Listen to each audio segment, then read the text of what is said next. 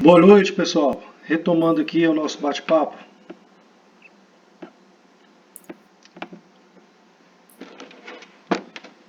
Olá, doutor Carlos, boa noite. Boa noite, tudo bem? Tudo Você ótimo. desculpe, mas na terça-feira eu tenho uma fisioterapia. Na terça-feira eu tenho uma fisioterapia para tratar minha hernia de disco. Eu só que consigo entrar mais ou menos esse horário, viu? Ah, entendi.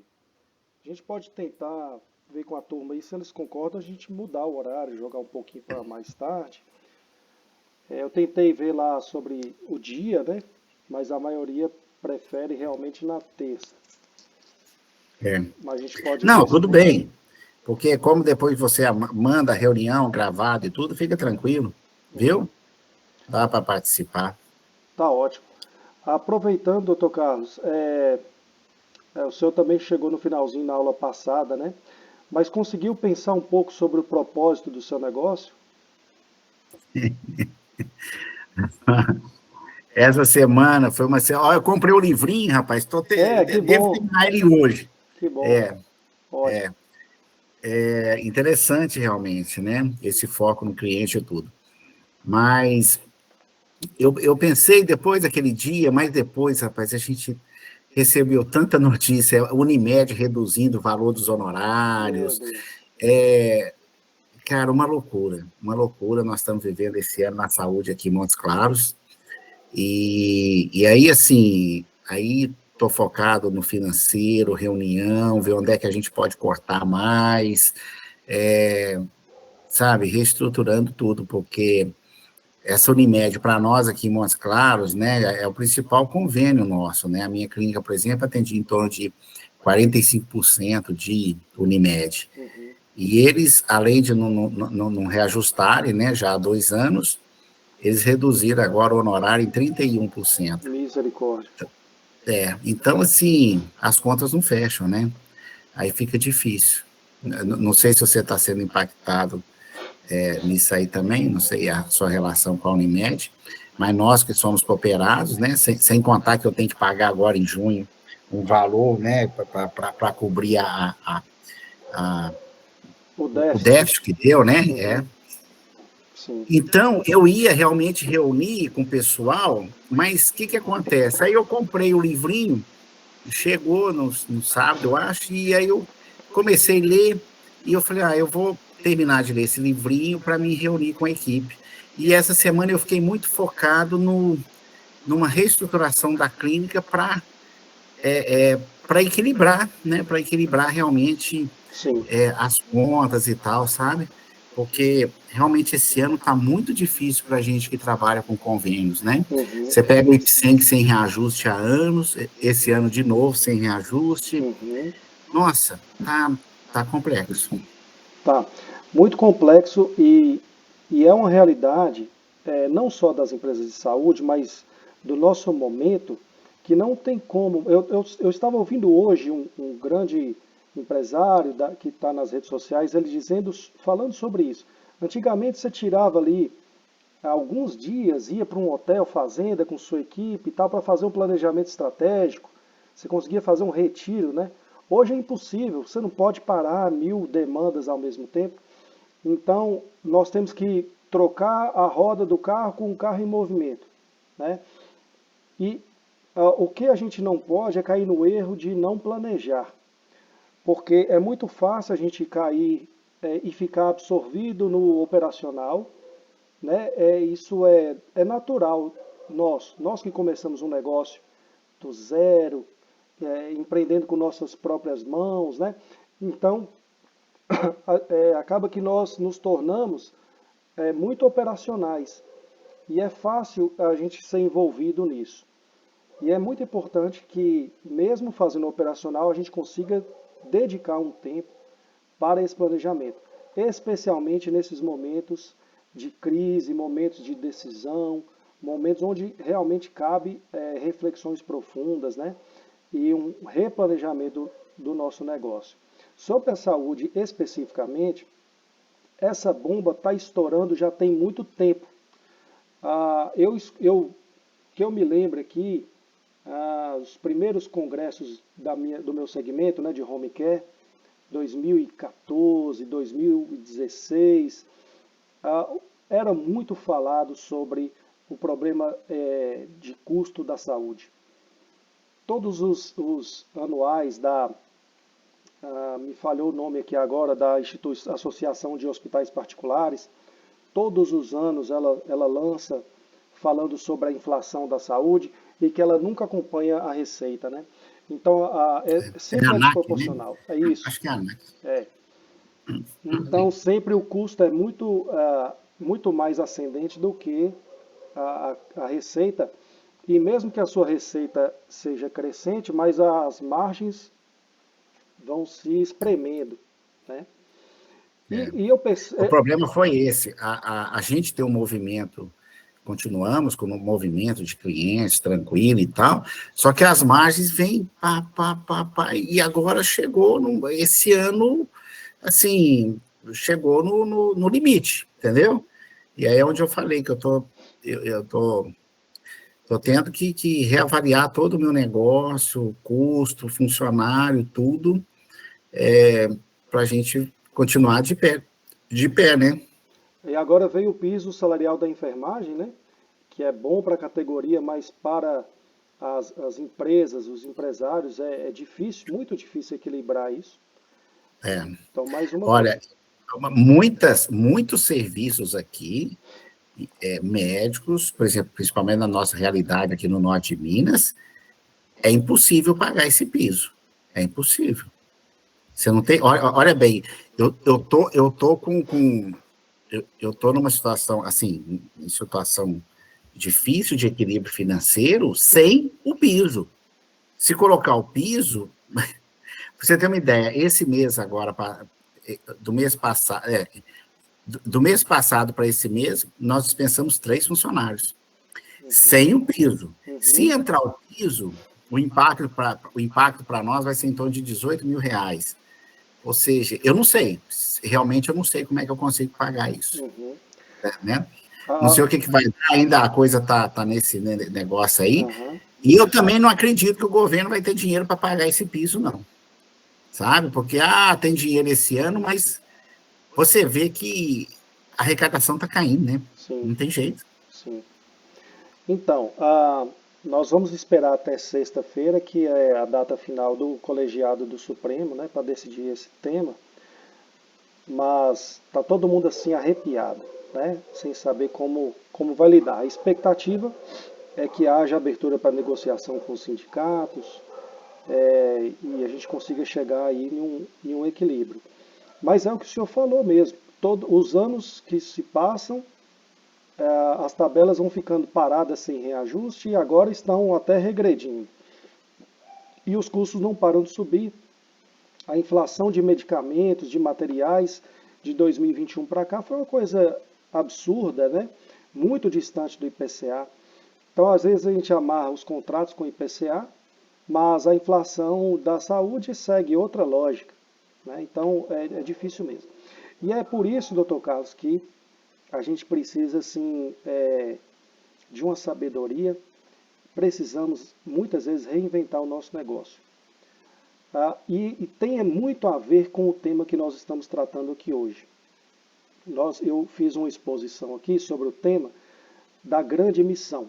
Então era muito comum, só fazendo aqui um rápido resumo para o senhor, o que a gente tinha de comum nas empresas? A gente tinha missão, visão e valores, né? Hoje as empresas mais modernas estão trabalhando assim. O que era missão, elas estão chamando de propósito e dando uma melhorada naquele texto para que haja mais engajamento dos seus clientes internos, dos seus colaboradores, e para que haja também uma maior conexão com a sociedade. Então a missão, que era uma coisa mais interna, numérica, agora ela precisa deixar um legado maior. Ela se tornou um propósito. A antiga missão agora tem que ter um propósito, que você tem que escrever algo que converse com a sociedade. Você tem que ter uma missão um pouco transcendente. Ela tem que ser algo que impacta a sociedade e o planeta. Esse é o primeiro passo. O segundo passo é o tema de hoje, que é definir uma grande missão, que no termo mais moderno, BHAG, que é grande, cabeluda e audaciosa missão, ou grande, audaciosa e cabeluda meta, certo? Essa grande, que seria o que no passado a gente chamava de visão, tá? Que é, a visão era o quê? Era uma posição de mercado que você gostaria que a sua empresa estivesse num futuro de longo prazo. Então você escrevia a visão, mais ou menos com uma década de distância, definindo uma posição de mercado para a sua empresa. É mais ou menos a mesma coisa que nós estamos chamando de grande missão, tá? O BHAG. Entretanto, essa grande missão, para ficar mais claro, ela tem que ser um texto curto e, claro, qualquer pessoa bate o olho e entende sem muita explicação. E ela tem que ter um prazo de longo prazo, certo? E ela tem que ser muito audaciosa. Ela tem que ser bastante desafiadora, ok? Tem que ser quase inalcançável. É para deixar as pessoas da sua empresa desafiadas, incomodadas com algo muito difícil de conquistar. Como exemplo, nós citamos aqui alguns, por exemplo, um tipo de grande missão do tipo de competição. Existem 4 tipos. A do tipo de competição, nós demos o exemplo aqui do John Kennedy, quando assumiu a presidência. Ele não falou nada de economia, não falou nada de Guerra Fria. O que ele falou é: nós vamos colocar um homem na Lua e vamos trazer ele de volta são e salvo. Então a grande missão da nação americana naquela década, ele estabeleceu um prazo de 10 anos, era levar o homem à Lua. Ou seja, era algo extraordinário, algo enorme, super, hiper desafiador, fora do quadrado, literalmente fora do planeta, né? Levar o homem na Lua. Outro tipo de competição, a Nike. A Nike, na década de 60, tinha uma grande missão que era acabar com a Adidas. Era esmagar a Adidas, certo? Um outro exemplo aqui de grande missão, do tipo... Deixa eu compartilhar aqui que eu já mostro para o senhor e a gente já volta ao ponto que nós estávamos.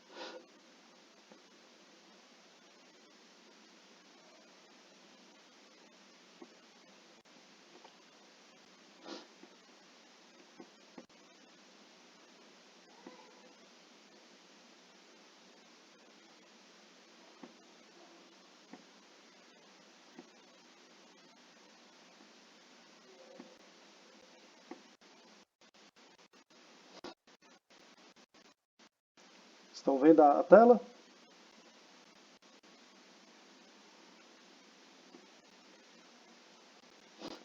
Sim. Ok. Rapidinho aqui, só para o senhor não ficar perdido. Do tipo direcionadas a um alvo. Nós temos o exemplo aqui da Walmart, que era muito específica, né, com um alvo muito claro, que seria atingir um valor de 125 bilhões até o ano 2000. Essa grande missão foi estabelecida na década de 90 e colocou como alvo, então, com um prazo de 10 anos, atingir um valor de mercado. Então, ela tinha um alvo muito específico. Tá? O G4 também tinha um alvo muito específico, que é ajudar os alunos a gerarem 1 milhão de empregos até 2030. Perceba aqui que tem um prazo longo, 2030, é uma frase curta, fácil de entendimento, e tem uma diferença clara aqui do americano para um brasileiro. O americano ele fala de dinheiro sem problemas, né?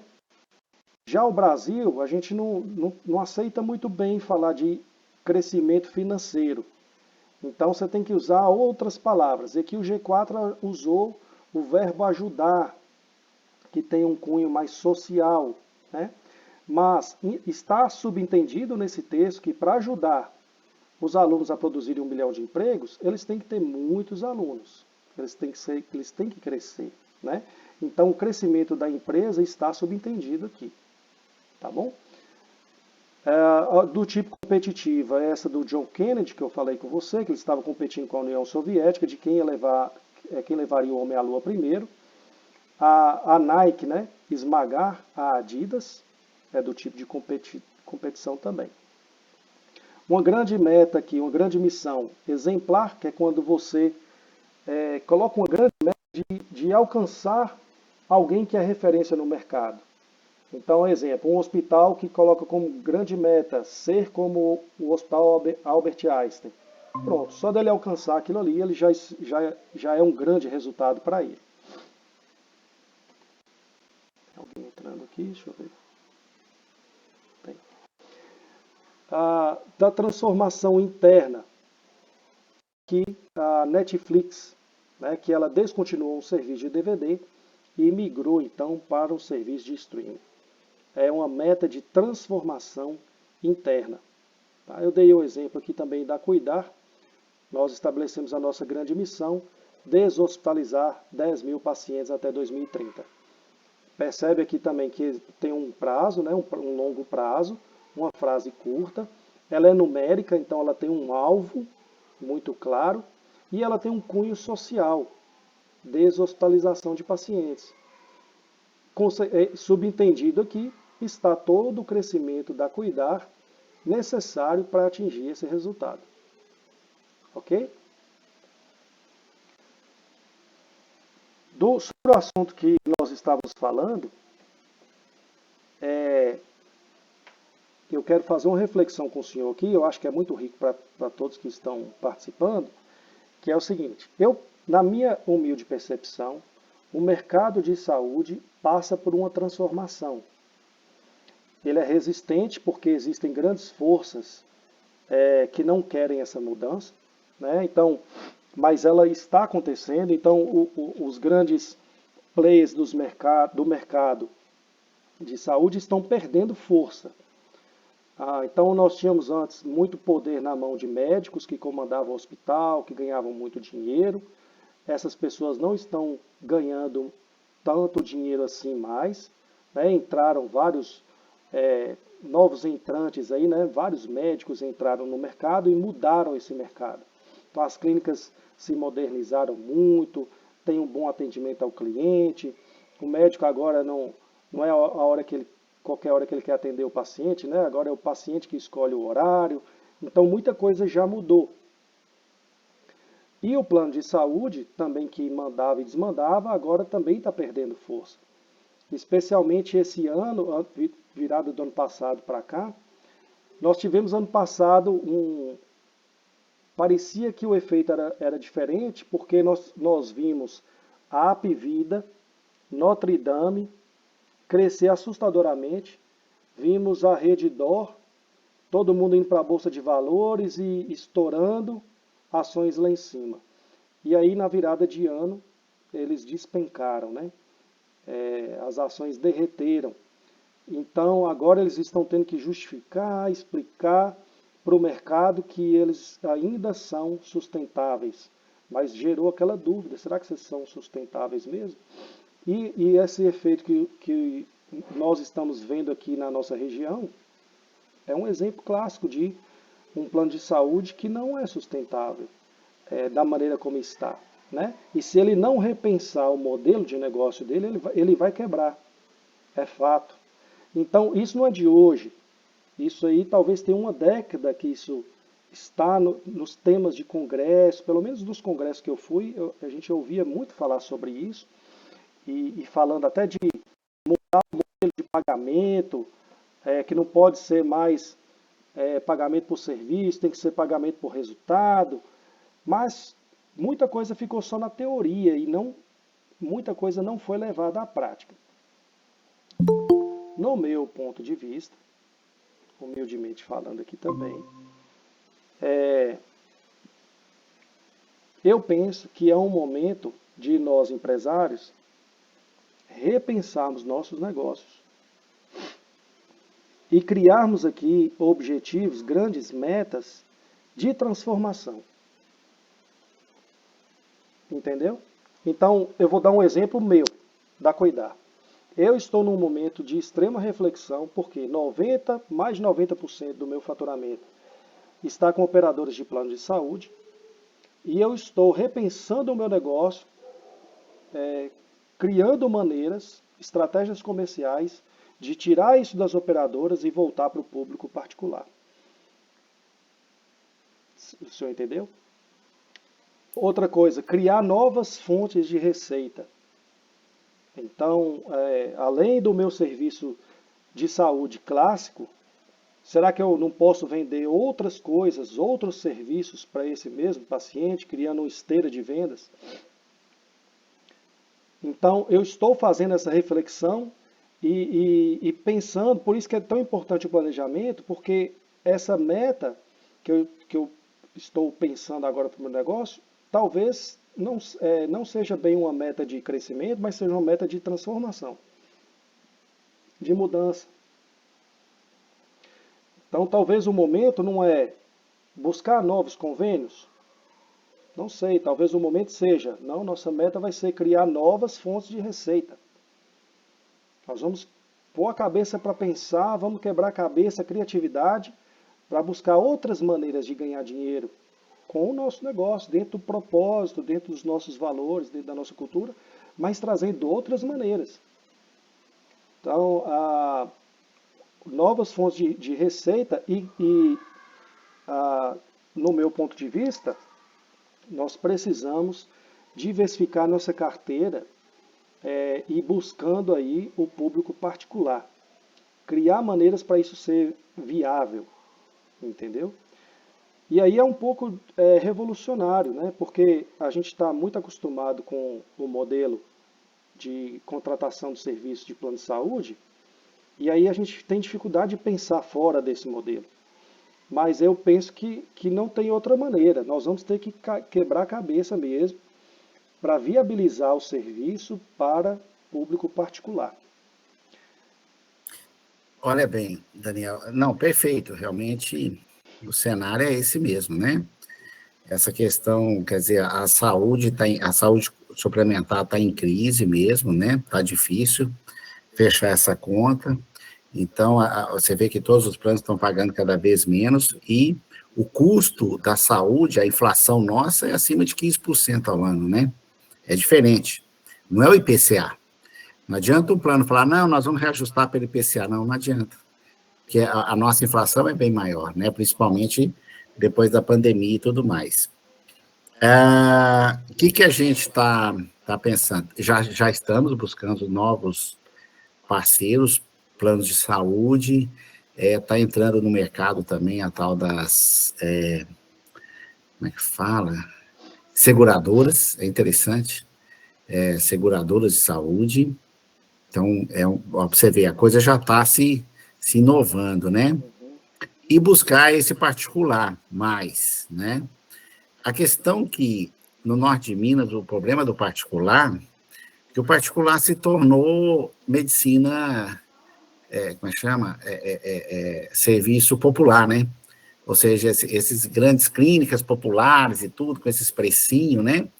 Que oferece um serviço, né, meio realmente que deixa a desejar, né, em vários aspectos e tudo, por causa do poder aquisitivo aqui da região nossa, que não é alto, né? É difícil isso, sabe? Porque para você ver, o poder aquisitivo é baixo. É diferente você falar, vamos buscar o particular em São Paulo, mesmo em Belo Horizonte, né? Eu tenho colegas lá que têm clínicas igual a minha, que só atende particular, não atende zero convênio. E tem público. Só que aqui é um pouco mais difícil para a gente. Mas é uma ideia e tem que ampliar isso, porque para nós, igual você falou, né? Eu também, mais de 90% é de convênio, né? Então, assim, a gente que depende de plano de saúde, realmente não está fácil. Realmente o momento é esse. Que bom que a gente está reunindo aqui, né? Trocando ideias, mas é tentar reinventar e buscar novas oportunidades, né?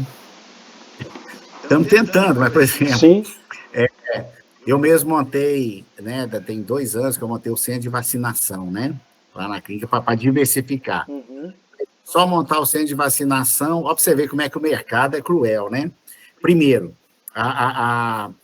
as vacinas do SUS, né, o serviço de vacinação do SUS ampliou muito.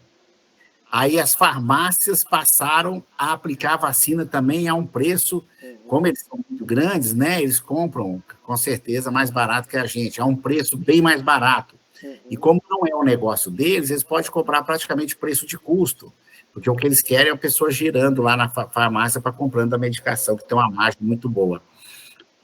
Aí, resultado, esse ano praticamente a gente está quase que com o centro de vacinação quase desativado, porque a coisa não, você está entendendo? Nessa Uhum. tentativa de Sim.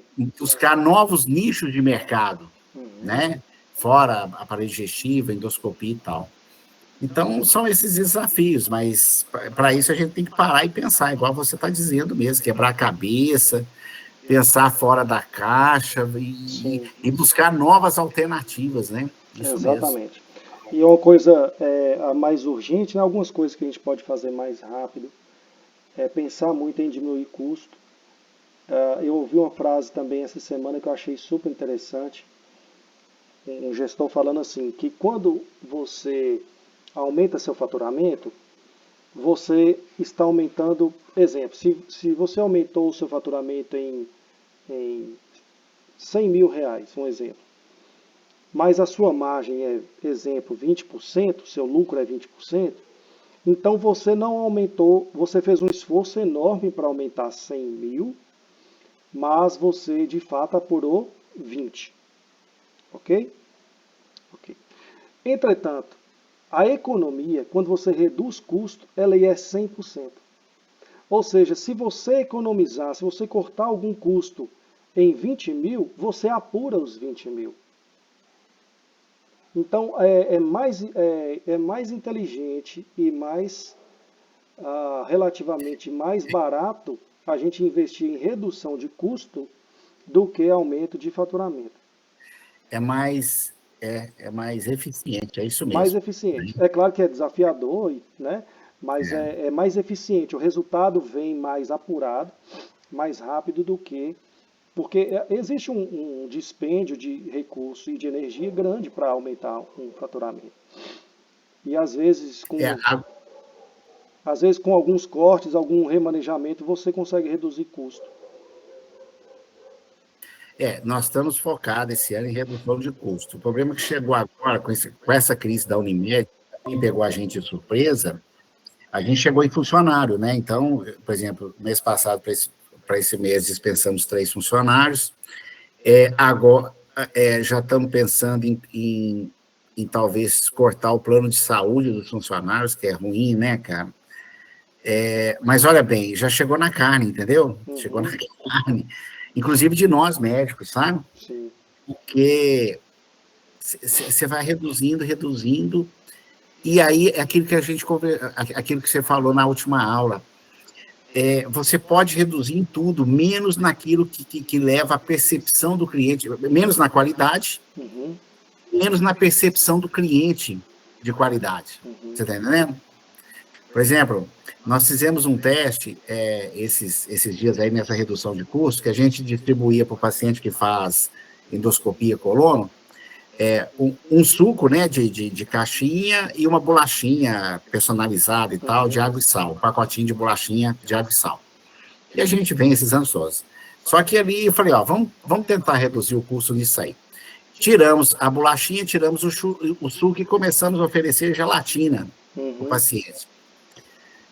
Aí vem reclamação do cliente. uhum. Ou seja, aí, aí eu já pedi para volta, porque onde o cliente precisa ter aquela percepção de acolhimento, de qualidade, se você cortar aí, você está matando a galinha dos ovos de ouro. Sim, Não sim, é, Daniel? exatamente. Tem que ter esse cuidado mesmo. Existem também outros cuidados para com o cliente que eles não têm custo, né? Que a gente pode mimar o cliente de outras maneiras, mas de fato a gente não pode perder qualidade, né? Senão a gente realmente está matando a galinha de ovos de ouro.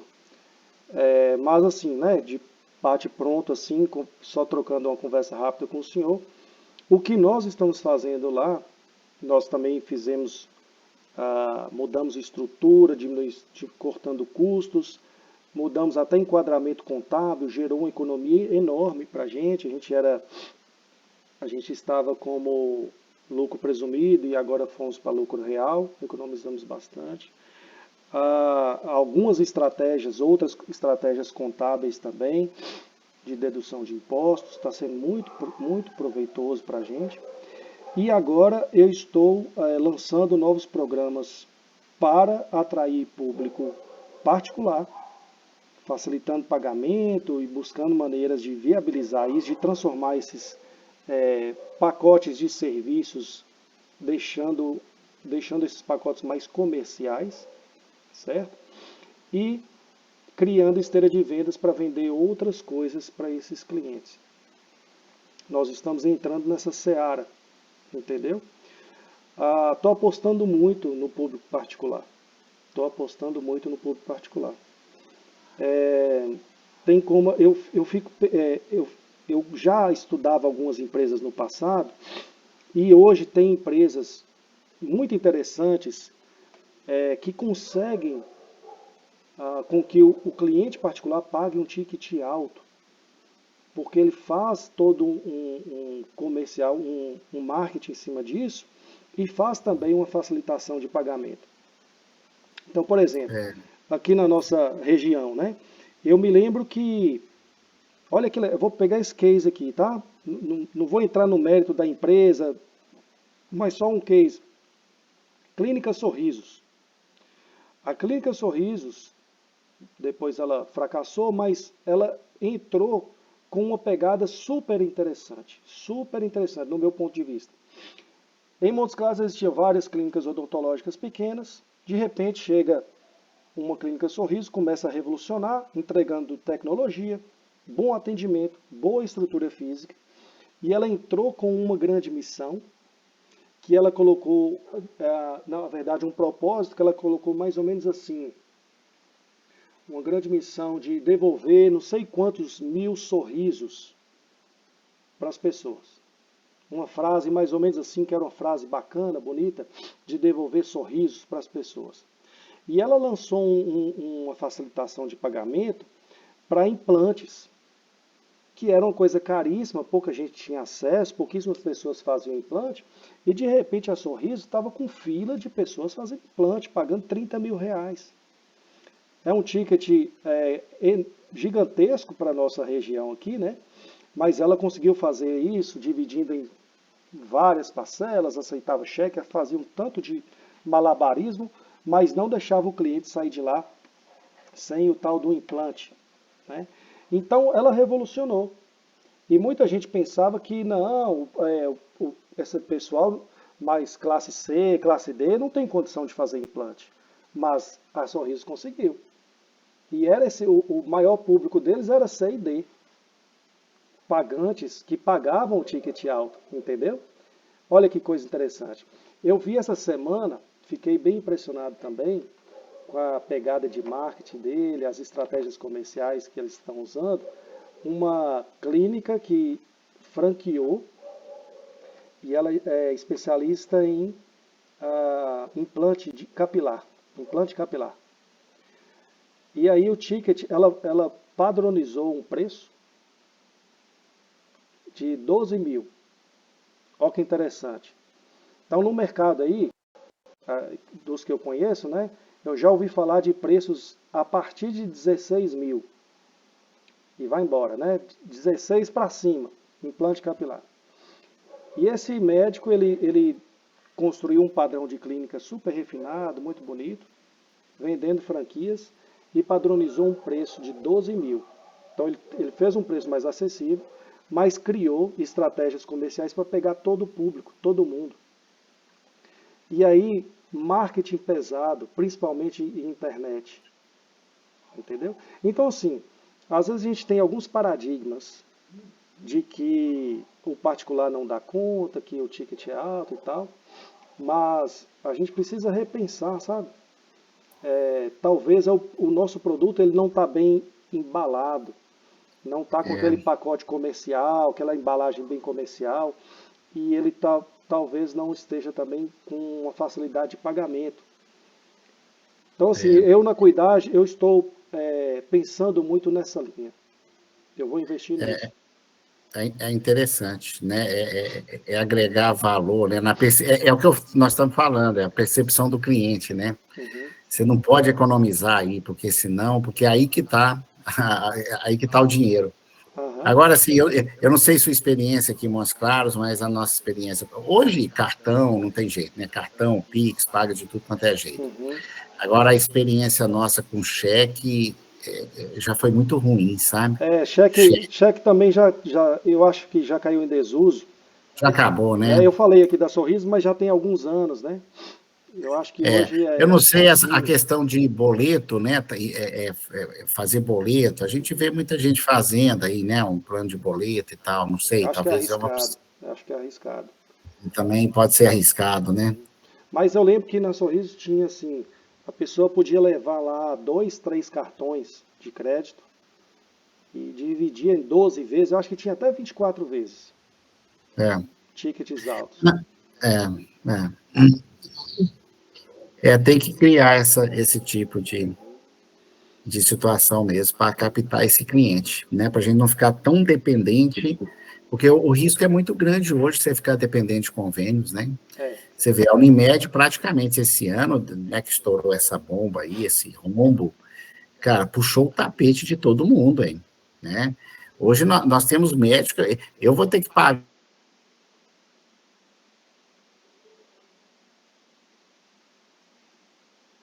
Oi. porque é uma cooperativa. Uhum. Cortou aqui um pouquinho para mim. Mas é uma estratégia de transformação, né? Para o senhor repensar novos clientes. Eu acho que diante dessa situação da Unimed vai acabar tendo uma debandada de cooperados, né? Buscando Ah, outras operadoras. Acho é, que sim. com certeza, eu acho que vai ter sim. Meus amigos, vamos encerrar aqui por hoje. Hoje nós falamos aqui sobre a grande missão, ok? Eu gostaria muito que vocês pensassem e se vocês conseguirem escrever para a gente debater, e eu quero ajudar vocês nesse texto do seu propósito e da sua grande missão, tá? Então, se vocês puderem trazer na próxima aula. Vou colocar o vídeo dessa aula integralmente, o link lá para vocês, e vou colocar também material complementar, tá bom?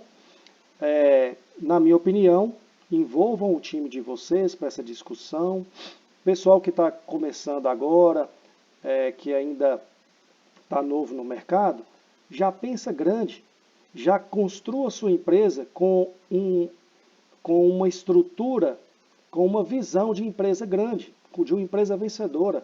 Não é porque você é pequeno que você não precisa fazer. Não, pelo contrário. Quando você é pequeno é que você precisa fazer mesmo. Que aí você vai desbravar o mercado usando essa estratégia. Tá? E aí no próximo encontro, nós vamos entrar na seara dos valores, que são as regras do jogo. Como você vai definir o comportamento do seu time em busca desses resultados. E aí também, doutor Carlos, aproveitando a nossa discussão, a nossa conversa, por exemplo, os valores eles também são estratégicos para o negócio. Então, por exemplo, na minha empresa existia muito um comportamento familiar. E eu estou, nesse momento, redefinindo os valores da minha empresa e vamos criar um valor que é um valor com um texto mais ou menos assim, né? Foco em resultado. E aí, se eu crio esse valor, eu começo a modelar a cultura do meu time, especialmente em mim, começando em mim, para buscar esse comportamento. Entendeu? Então, se eu tinha um comportamento familiar, agora eu vou precisar mudar. Se eu escrevi lá no meu código de cultura que eu vou ter um comportamento com base em resultados, com foco em resultados, eu não posso mais ter um comportamento familiar. Eu agora vou ter que ser mais rígido, vou ter que colocar meta, vou ter que bater meta, eu vou ter que demitir pessoas que não se adequam a essa cultura, eu vou ter que colocar pessoas que estão alinhados com essa cultura, entendeu? Então a empresa fica mais profissional, mais voltada para resultado. Isso é valor, isso é cultura. Tá? Então, na empresa que a gente estava assim, não, empresa de saúde, a gente está aqui só cuidando dos pacientes, isso aí não cabe mais. Nesse cenário aí econômico que nós estamos vivenciando, o negócio é faca nos dentes, né? E sangue no olho. Ou seja, a empresa só pode dar dois resultados, ou ela dá lucro, ou ela dá prejuízo. Por mais bonitinhos que a gente quer ser, né, com empresa de saúde, não tem jeito. A segunda opção a gente não quer prejuízo, a gente não sobrevive com prejuízo. Então nós vamos ter que ir atrás do lucro. E para ir atrás do lucro, nós temos que agir como líderes, como homens de negócio. Você entendeu? Então eu estou mudando o meu comportamento, redefinindo os valores da minha empresa e vou colocar o meu time, modelar o meu time para esse comportamento aí. Então agora é buscar a produtividade, aquele funcionário que não produz bem, a gente dá feedback, a gente tenta desenvolver, mas não adequou, a gente tem que tirar do time. E vamos colocar pessoas mais engajadas, e também vamos pagar remuneração variável, vamos premiar e vamos fazer essa empresa dar lucro. Entendeu? Então isso tem muito a ver com o tema que nós estamos conversando aqui. É uma mudança de comportamento. Quem vai levar sua empresa para o sucesso, isso aí é uma máxima, né? Processos e pessoas. Processos e pessoas. Então, é claro, primeiro a estratégia certa. Definiu a estratégia, agora quem vai levar seu time do ponto A para o ponto B, quem vai levar a sua empresa para o ponto A para o ponto B são os processos e pessoas. Sem pessoas, você pode ter o melhor processo do mundo, sua empresa não vai. E claro, você pode ter o melhor time do mundo, sem processos, ela até vai, mas ela vai ficar muito difícil. Então, temos que alinhar os processos e colocar as pessoas certas. Eu vou passar um material para vocês do Jim Collins, que ele usa uma metáfora muito interessante. Ele fala o seguinte: você está numa jornada de longo prazo. A sua viagem é longa. Então, se você definir uma meta aí, uma grande missão até 2030, sua viagem é longa, de 7 anos e meio. E imagine que você é o dono do ônibus e é o motorista desse ônibus que vai viajar 7 anos e meio. Esse ônibus, que é a sua empresa, ele tem lugares limitados. Então, por exemplo, ele só cabe 40 pessoas. E aí você é o líder, você é o dono, você é o motorista. Você vai ter que escolher muito bem quem você quer que viaje com você nesses 40 lugares. São 7 anos e meio de jornada. Quem você quer do seu lado? E aí você tem que, para você alcançar o objetivo e conseguir chegar lá, você vai ter que tirar as pessoas erradas e colocar as pessoas certas. Tirar as pessoas que não estão alinhadas com você, as pessoas que não estão produzindo, as pessoas que não estão vendendo, e colocar aquelas que vão ajudar você a chegar lá. Tá? Então isso está totalmente alinhado com o que nós estamos conversando aqui. Eu vou passar para vocês o material do Jim Collins, é muito bom. O cara é fantástico. Tem o livro dele também, se puderem comprar e ler, material muito bom também, tá bom? E aí a gente encontra na semana que vem, onde nós vamos falar sobre valores, ok? E depois nós vamos ajudar vocês vamos conversar no outro encontro, vamos conversar como alinhar o nosso time aos valores que nós desejamos para o nosso negócio. Tá bom? Obrigado, meus amigos. Bom descanso, boa noite. Boa noite, obrigado. E Boa peguem noite, o nosso tudo de bom. conteúdo aqui e aproveitem, tá? Trabalhem isso aí na empresa de vocês. Tá bom? Grande abraço. Obrigado.